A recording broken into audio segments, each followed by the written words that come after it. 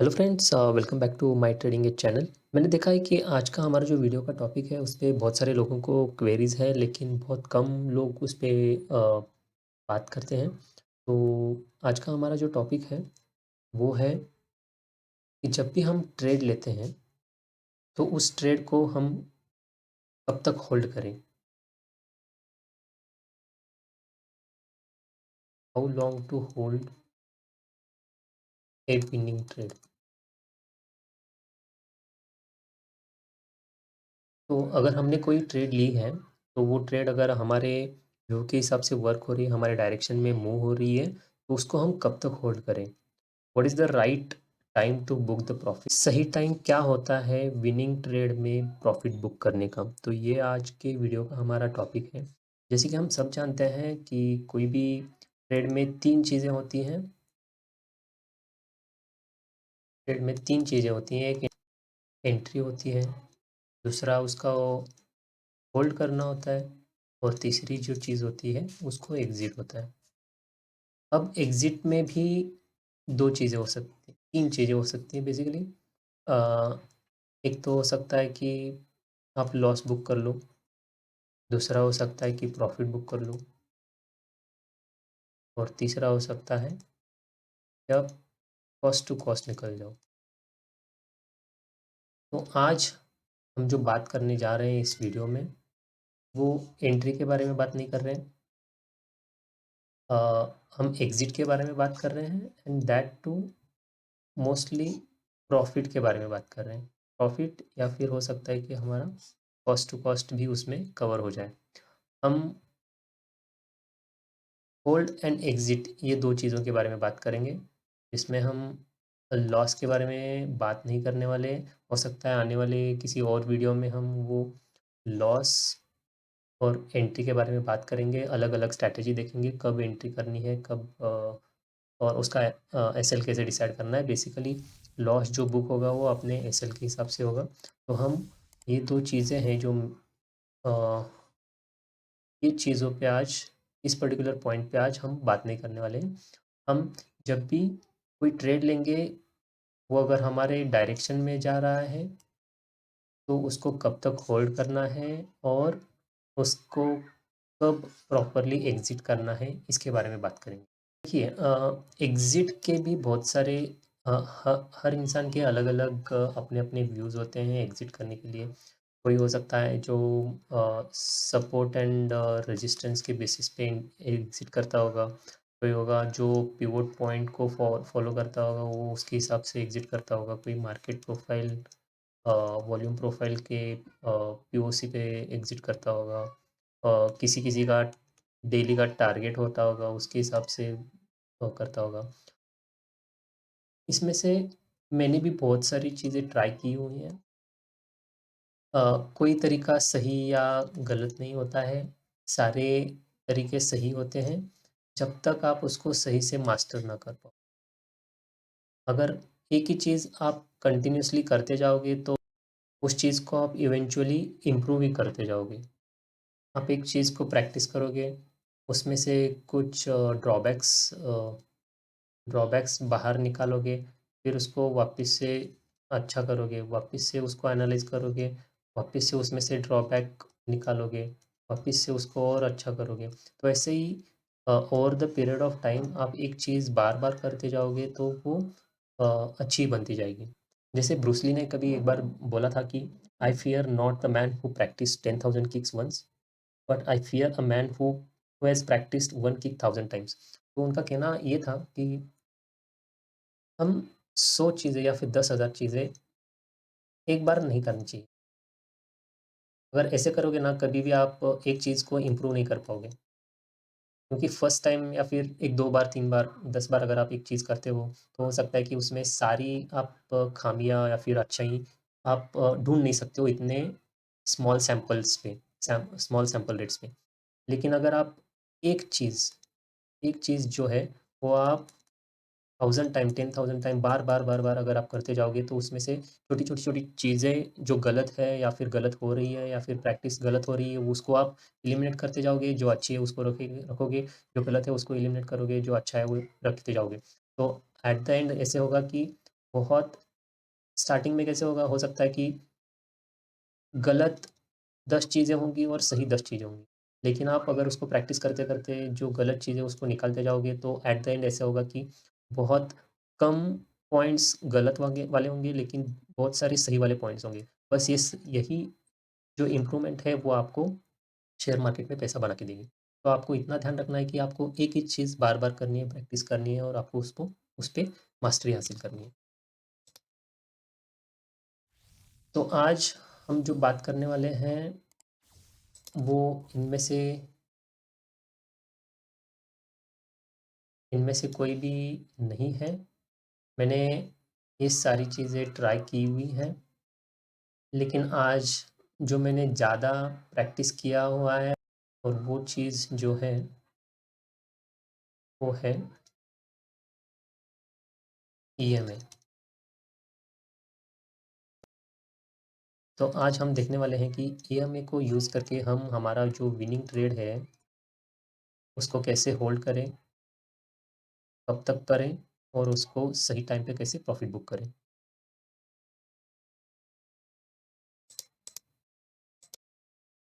तो इसके लिए हम जो यूज़ करने वाले हैं वो है 8 ईएमए। तो ये जो ईएमए है, जो हमने यहाँ से इंडिकेटर हर हर चार्टिंग सॉफ्टवेयर पे ये आपको मिल जाएगा। आपको ईएमए यहाँ पे डालना है, एक्सपोनेंशियल मूविंग एवरेज, और उसकी वैल्यू जो है वो आपको 8 को सेट करनी है। ठीक है? तो हमारा जो अंडरलाइंग एसेट जो है वो है हमारा बैंक निफ्टी।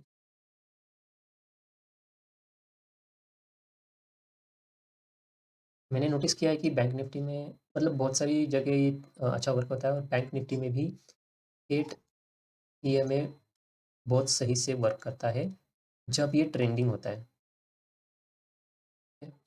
जब ये ट्रेंडिंग होता है तो ये बहुत ही अच्छी तरह से वर्क करता है। इसके लिए आप कोई भी टाइम फ्रेम ले लो, 1 मिनट ले लो, 5 मिनट ले लो, 15 मिनट ले लो, कोई भी ले लो। तो हर टाइम फ्रेम पे ये 8 ईएमए जो है वो वर्क करता है, बहुत अच्छे से वर्क करता है। तो हम इसको थोड़ा-सा बैक टेस्ट करके देखेंगे। तो जैसे कि हमने अभी बात की है कि हम एंट्री के बारे में बात नहीं कर रहे हैं, हम सिर्फ़ जब हम एंट्री लेते हैं उसके बाद अ, उसको कब तक होल्ड करना है और सही टाइम क्या होगा प्रॉफ़िट बुक करने का, इसके बारे में बात करने वाले हैं। तो ये हमारा कल का चार्ट है, ये 13th ऑफ जनवरी का। तो कल एक अच्छा ट्रेंडिंग रहा ये वाला। तो हम देखेंगे कि इसको हम कैप्चर कर सकते थे क्या? तो हम देखेंगे कि इसको अगर किसी ने कैप्चर किया होता तो उसको मैक्सिमम प्रॉफ़िट कैसे मिल सकता था, ठीक है? जो आज हम स्ट्रैटेजी बात कर रहे हैं उसके बेसिस पे मैक्सिमम प्रॉफ़िट वो कैसे बुक कर सकते थे, ठीक है? तो सपोज़ कि अपने-अपने किसी भी स्ट्रैटेजी के हिसाब से किसी ने इसमें एंट्री ले ली है। हम अभी फ़िलहाल के लिए एक स्ट्रैटेजी डिस्कस करते हैं कि अ, फॉर दिस पर्टिकुलर मूव कोई ट्रेंड लाइन को फ़ॉलो करता होगा, कोई सपोर्ट रेजिस्टेंस को फ़ॉलो करता होगा। तो हम देखते हैं कि इसको 5 मिनट टाइम फ्रेम पे कोई कैसे इसको मैक्सिमम लेवल तक होल्ड कर सकता था, ठीक है? तो कंसीडर करते हैं कि ये वाला एक अगर सपोज़ हमने यहाँ पे ट्रेंड लाइन ड्रॉ की, ऐसे ऊपर से नीचे से, ऐसे दोनों साइड से हमने ट्रेंड लाइन ड्रॉ कर ली, और जैसे कि मार्केट एकदम मॉर्निंग से मूव हो रहा था इस रेंज में, तो ये पर्टिकुलर पॉइंट जो था, इसमें हो सकता है कि ऐसे मान के चलते हैं कि ये ट्रेंड लाइन किसी भी साइड में अगर ट्रेंड लाइन ब्रेक होता तो हम एंट्री ले लेते। तो एक इस स्ट्रैटेजी के बेसिस पे हमने सपोज़ एंट्री ले ली, और हमने वो जो एंट्री ली है वो इस पर्टिकुलर कैंडल में ली, ठीक है? तो अगर आपकी एंट्री सही हो गई है, सपोज़ यहाँ पे हो गई है या फिर इस यहाँ पे हो गई है या फिर कहीं पे भी, तो इस पर्टिकुलर कैंडल में कहीं पे भी अपनी अगर एंट्री हो गई है, और स्ट्रैटेजी के हिसाब से रिस्पेक्टिव स्टॉप लॉस भी लगाया होगा, मे बी यहाँ पे एंट्री ली है तो इस ट्रेंड लाइन को अगर नीचे की साइड ब्रेक करता है तो यहाँ पे एसएल होगा, या फिर यहाँ पे, या फिर जिस कैंडल में एंट्री ली है उसी कैंडल का लो अगर एसएल रखते हैं, ठीक है? तो ऐसी कोई भी स्ट्रैटेजी जिसमें हमने यहाँ पे एंट्री ली है। तो इसके बाद का जो पॉइंट है, वो हमारा डिस्कशन पॉइंट है। तो इसलिए मैं सारी चीज़ें रिमूव करता हूँ।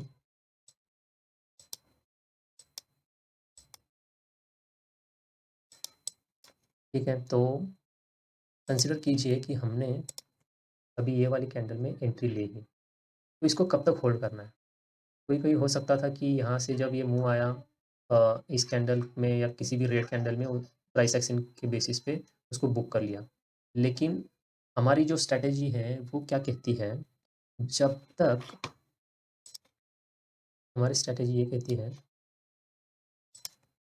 हमा हमारी स्ट्रैटेजी ये कहती है, जब तक कोई भी एक कैंडल अगर हमने एंट्री ली है और वो हमारी डायरेक्शन में मूव हो रही है, मार्केट हमारे डायरेक्शन में मूव हो रहा है, ट्रेड अपने हमारे डायरेक्शन में मूव हो रहा है, तो उसको तब तक होल्ड करना है जब तक कोई भी एक कैंडल हमारे 8 ईएमए जो है, 5 ईएमए जो है, ये वाला इसके नीचे क्लोज़ नहीं होता है।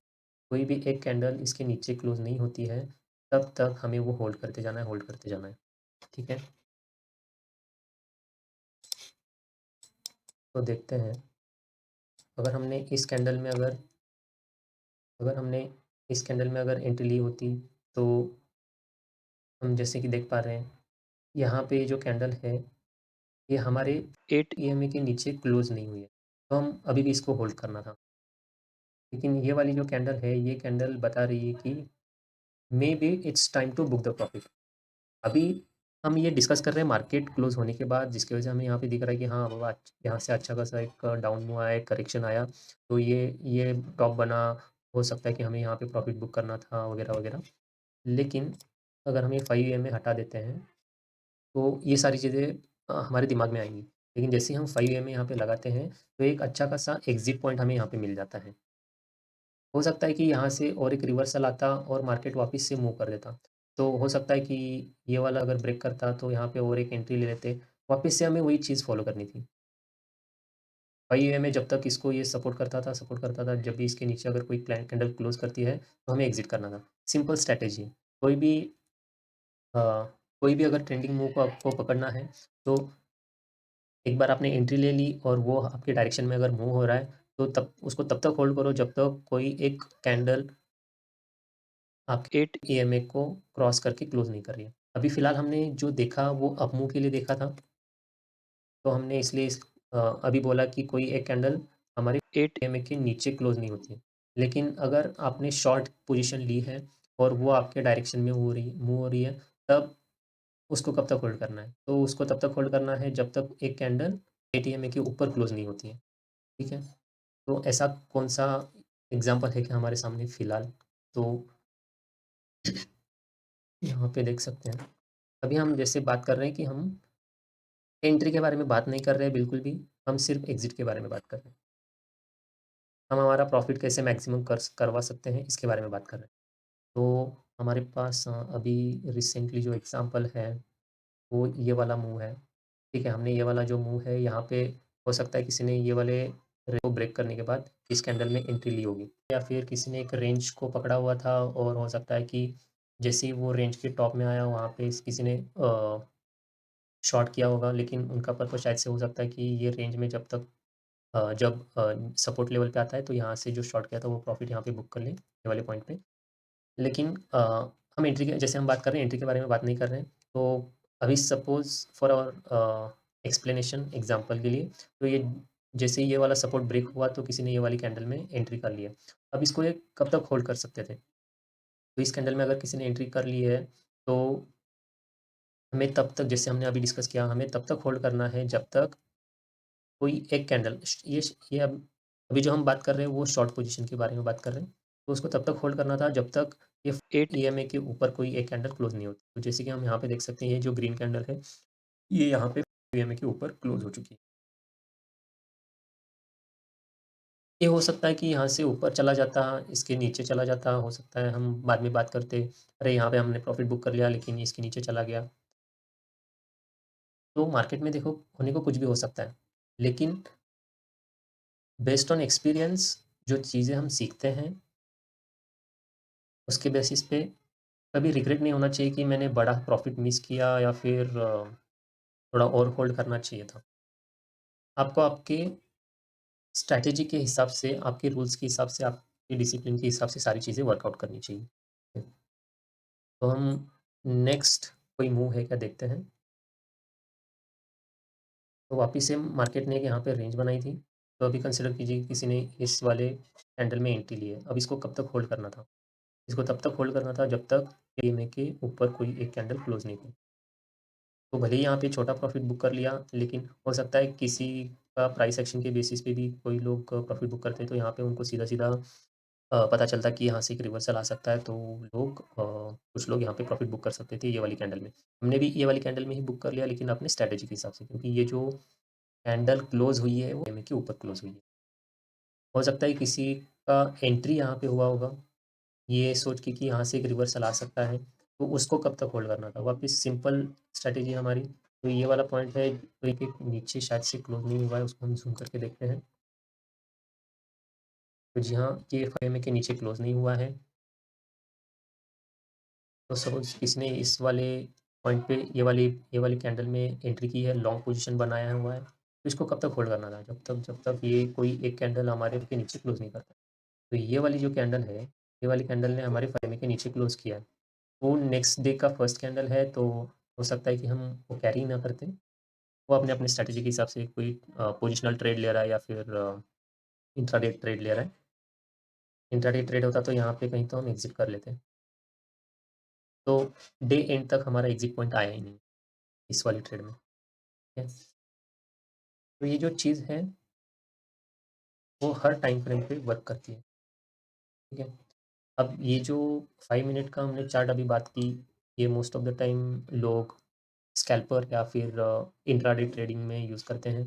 कोई-कोई 15 मिनट टाइम फ्रेम पे भी यूज़ करते हैं, तो हम दोनों के एक-एक एग्ज़ाम्पल देखते हैं।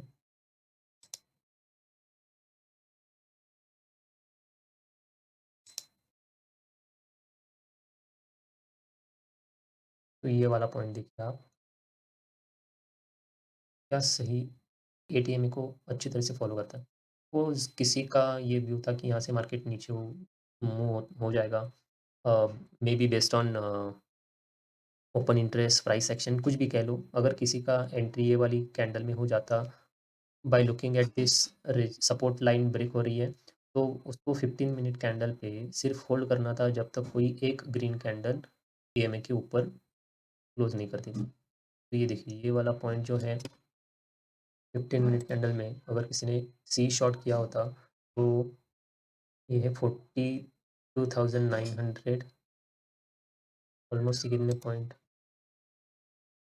300 पॉइंट, 300 साढ़े 300 पॉइंट में मिनिमम। अभी ये डिपेंड करता है कि कौन-सा स्ट्राइक प्राइस आप चूज़ करते हो बाय के लिए, सेल के लिए।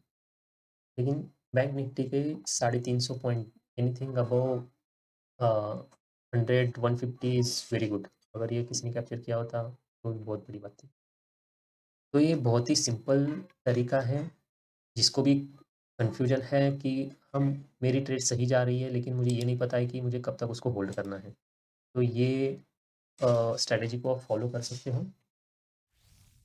अगर वीडियो अच्छा लगा होगा, कुछ सीखने मिला होगा, तो प्लीज़ चैनल को सब्सक्राइब कीजिए और वीडियो को लाइक कीजिए, और ये वीडियो दोस्तों के साथ भी शेयर कीजिए, सो दैट उनको भी लर्निंग में हेल्प हो जाए और उनका भी लर्निंग कर्व कम हो जाए, और शायद से ये बहुत ही अंडर रेटेड टॉपिक, या फिर इस पे बहुत कम लोगों ने बात की है, तो हो सकता है कि बहुत सारे लोगों के मन में ये क्वेरीज़ हो। ये मुझे बहुत सारे लोगों ने पूछा भी था, बहुत सारे दोस्तों ने पूछा भी था। हम डिस्कस कर रहे थे कि क्या सही टाइम होना चाहिए, कब हमें प्रॉफ़िट बुक करना चाहिए।